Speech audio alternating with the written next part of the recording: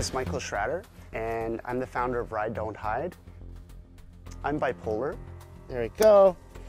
The most difficult aspect for me to get beyond my affliction was the stigma that surrounds mental illness.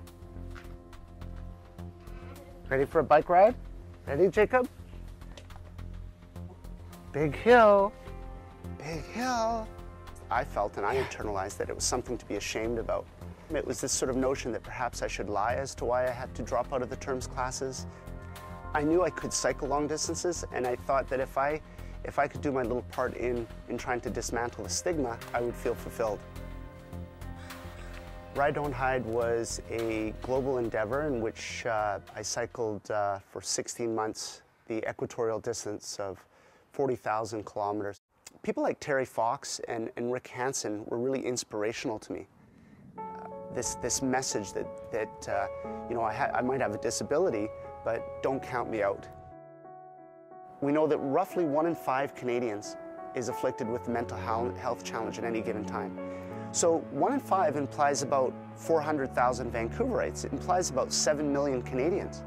So where are these 7 million stories?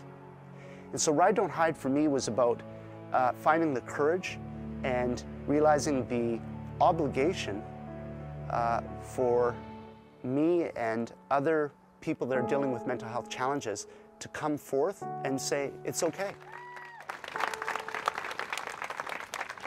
Never in my wildest dreams could have I imagined Ride, Don't Hide would be what it is today. And to see these 5,000–6,000 people come out and ride and show each other that enough is enough. There's nothing to be stigmatized anymore. Stigma is a social disease, and that social disease is medicated when you see those people riding, when you're part of that acceptance. I can't tell you how many people say with such pain in their voice that it's the stigma that's more painful than the mental health challenge.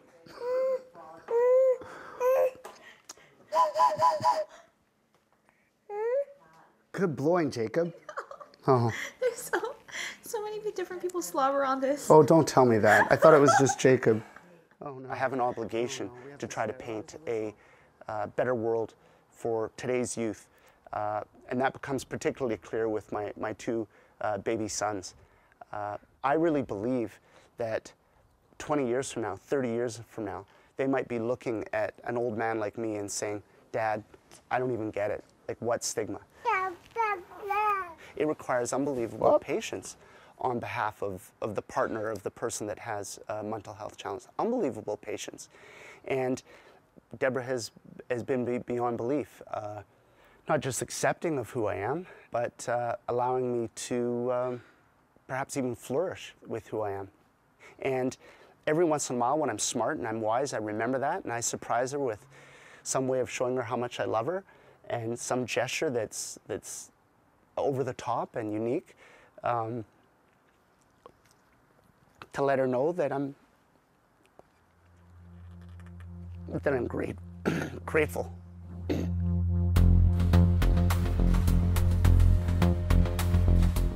Upon coming into Vancouver that day, November the 12th, 2011, I'm never going to forget that. It took everything in my willpower to just not break down and cry, to see the fruition of such a dream. Usually when I take part in Ride, Don't Hide, I wear sunglasses so that my emotion isn't so readily visible. I sure wish I could have some sunglasses now. There are 10 suicides a day in Canada. Suicide is the second largest killer of Canadian youth after car accidents. This is a travesty. It's a travesty that we're not doing more about it. And if Ride, Don't Hide can be a small vehicle towards changing those dire outcomes, then I would have done well.